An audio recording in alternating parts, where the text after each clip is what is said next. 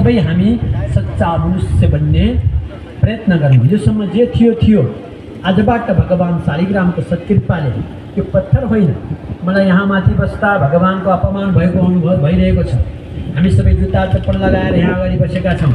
भगवान शालिग्राम हाम्रो जो जगतको अस्तित्व छ नि, हिरण्यगर्भ, उहाँलाई त्यहाँ राखेका छौँ। र मैले पहिला आउने बित्तिकै प्रार्थना गरिसकेको छु, भगवानसँग क्षमा पूजा गरिसकेको छु मैले। भगवान यो एउटा धर्मसभा हो, उत्सव गरिरहेका छौँ, हामीलाई हजुरको बच्चा बच्ची जस्तै मानेर हजुरले क्षमा गरिदिनु होला। हामीले जानी नजानी यो सत्कर्म गर्न खोजिरहेका छौँ। हामीले जे लाए पनि, जे खाए पनि, जे खाएर आए पनि, जस्तो सुकै कुरो लगाएर आए पनि तपाईँले सानो बच्चा, शैशवकालको बच्चा सम्झेर हामी सबैलाई माफ गरिदिनु होला भनेर मैले भगवानसँग पुकार गरिसकेको छु। र हाम्रो मुख्यमन्त्रीज्यूको साथमा उहाँकी धर्मपत्नी अर्धाङ्गिनी स्वयं नारायणी बनेर, लक्ष्मी बनेर आउनुभएको छ।